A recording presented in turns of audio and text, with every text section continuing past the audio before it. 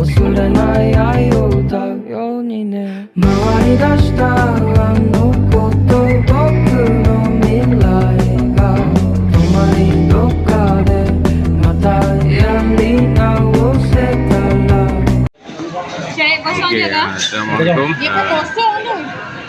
Sama. Hari ini 16 hari bulan Jun 2026, hari Selasa. Saya berada di kedai di Kuala Nerang berhadapan dengan hospital Kuala Nerang. Kedai Kak Ani katanya untuk lunch. This is my lunch. Dan tujuan saya datang adalah untuk mengimbau kenangan saya bersama dengan rakan saya, sahabat saya, Bapa Yaakob, yang kali terakhir makan di sini 7 bulan lepas sebelum beliau meninggal lah. Jadi ini adalah imbau kenangan balik lah. Sayang saya seorang kerja tanpa adanya Bapa Yaakob. Semoga Allah merahmati roh, insyaAllah. Hari ini saya berpeluang untuk lunch bersama dua sahabat baru saya. Abang nama apa? Mat. Mat. Bang? Maknya. Mat nombor dua. Mat satu dan Mat dua. Abang ni duduk Padang Ternak kan?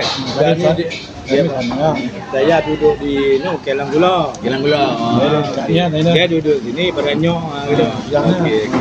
Tapi itu yang dia kata dia tanya main daripada kedai di Konrang. Tapi bila Konrang tu kena tanya dah pernah Konrang. Betul. Konrang ni besar dah. Alhamdulillah dapat kenalan barulah bersama mereka di kedai apa Yani apa nama kedai ni tak tahu. Tapi di hadapan hospital Kuala Nerang. Alhamdulillah. Okey, di kesempatan yang ada ini saya berjalan kaki untuk mengelilingi pekan Kuala Nerang yang tak adalah besar sangat. Jadi di sini difahamkan ada 3 bank lah. Agro Bank, BSN dan juga Bank Rakyat. So saya akan teruskan perjalanan saya mengelilingi pekan Kuala Nerang sebagai kenangan hidup. Okey, di sebelah sana tadi ada pekanat lah, hari Selasa pekanat di Kuala Nerang.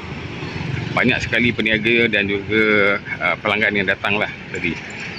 Jadi saya sempat melalui kawasan tersebut dan makan mihun sup kedai salah seorang student saya, dan dia sekarang berada di Universiti Malaysia Sarawak. B namanya. Okey.